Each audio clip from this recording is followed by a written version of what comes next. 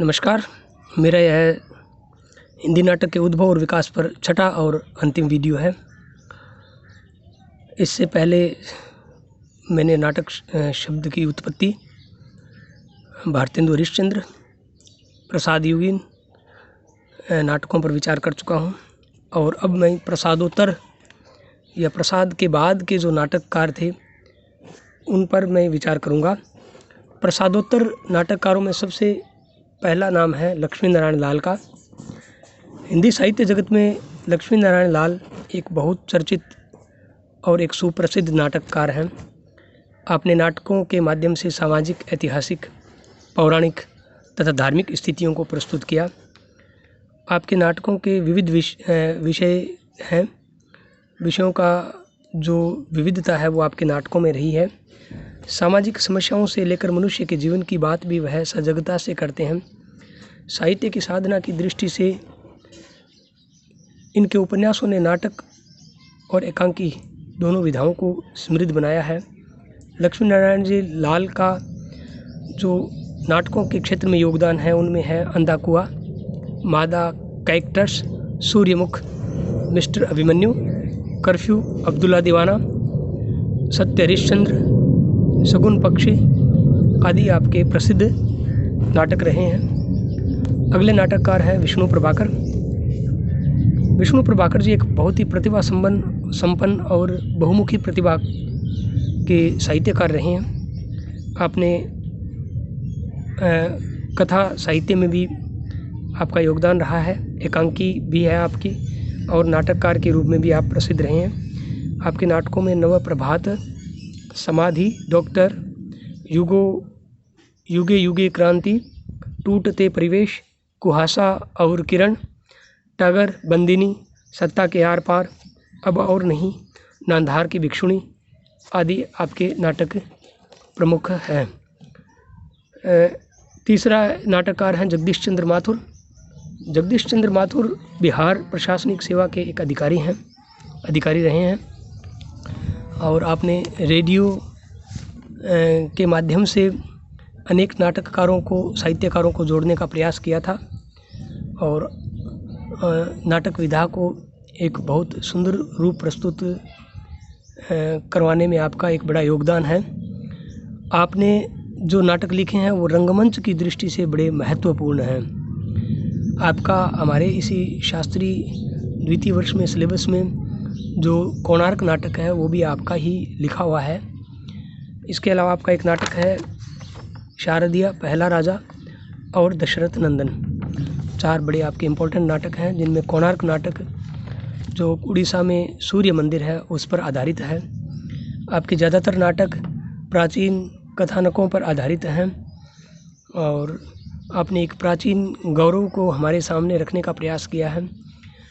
और आपका सबसे बड़ा योगदान यह रहा है कि आपने एक प्रशासनिक अधिकारी के रूप में रहते हुए भी आपने हिंदी साहित्य की एक बहुत बड़ी सेवा की। और इसके अलावा आपके जो नाटक हैं उनमें आपने एक आम आदमी की समस्या को एक ऐतिहासिक परिप्रेक्ष्य में उठाने का प्रयास किया है। ये एक बड़ी इम्पोर्टेंट बात रही है आपके। चौथे हैं अमृत राय। अमृत राय मुंशी प्रेमचंद जी के सुपुत्र हैं। अमृत राय जी ने हिंदी साहित्य में एक प्रगतिशील साहित्यकार के रूप में आप प्रतिष्ठित रहे हैं और आप भारतीय समाज और संस्कृति के प्रति भी चिंतित रहे हैं। आपका एक बड़ा प्रसिद्ध नाटक है चिंदियों की झालर, जिसमें समाज में घटित जो मूल्य हैं, सामाजिक मूल्य, उनका जो ह्रास हो रहा है उसके परिदृश्य को प्रस्तुत करने का प्रयास किया है। और इसके अलावा आपके अन्य नाटक आपका जो दूसरा नाटक है, तीसरा नाटक आपका हम लोग हैं। और इसके अलावा आपका एक नाटक जिसका मैं जिक्र करना चाह रहा हूँ वो शताब्दी नाटक है, जो 1947 के आसपास के भारत का चित्र है। बहुत महत्वपूर्ण नाटक है। थोड़ा विस्मृति हो गई थी, क्षमा चाहूँगा इसके लिए। पांचवें हमारे नाटककार हैं डॉक्टर राम कुमार वर्मा। डॉक्टर राम कुमार वर्मा आधुनिक साहित्य में नाटककार के रूप में ही प्रसिद्ध रहे हैं। आपने नाटकों को एक संरचनात्मक आदर्श बनाने की कोशिश की है। नाटक कला के विकास की संभावनाओं के नए पाठ खोलने का आपने प्रयास किया है।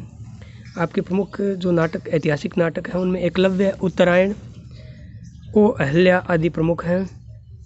ऐतिहासिक नाटकों में आपने भारतीय इतिहास से स्वर्णिम पृष्ठों से कथानकों को ग्रहण करने का प्रयास किया था।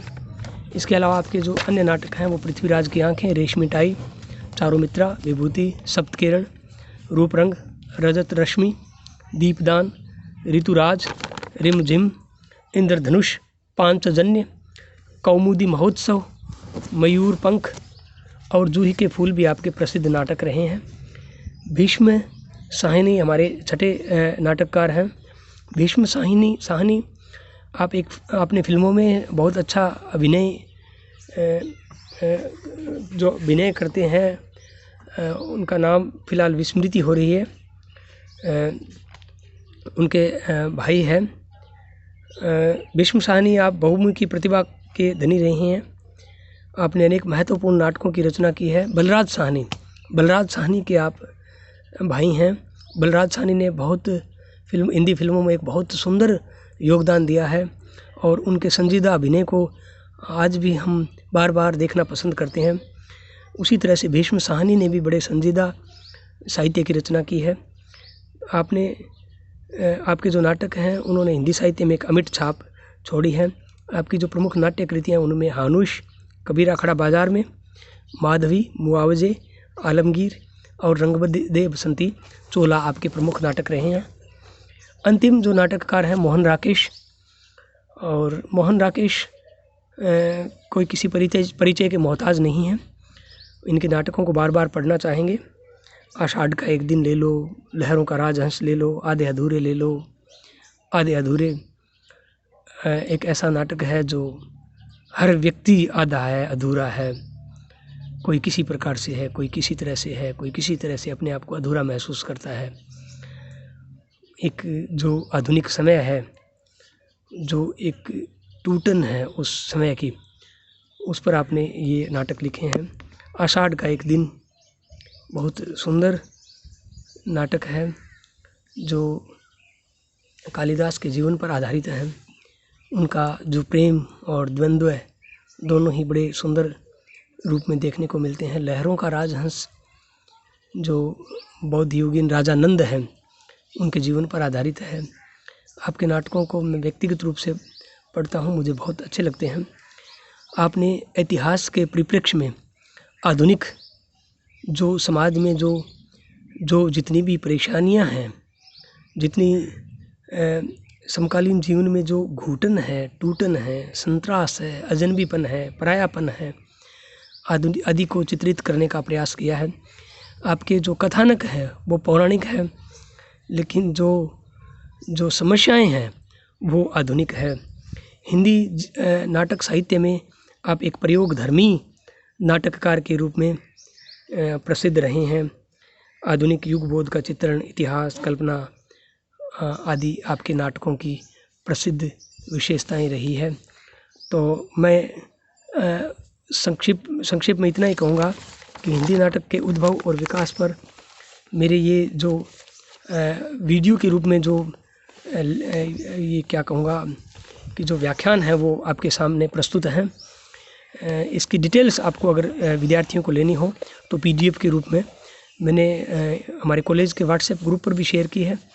इसके अलावा कंटेंट्स पर भी मैंने शेयर कर रखी है और व्यक्तिगत रूप से भी मैं आप सभी विद्यार्थियों के लिए उपलब्ध रहूँगा।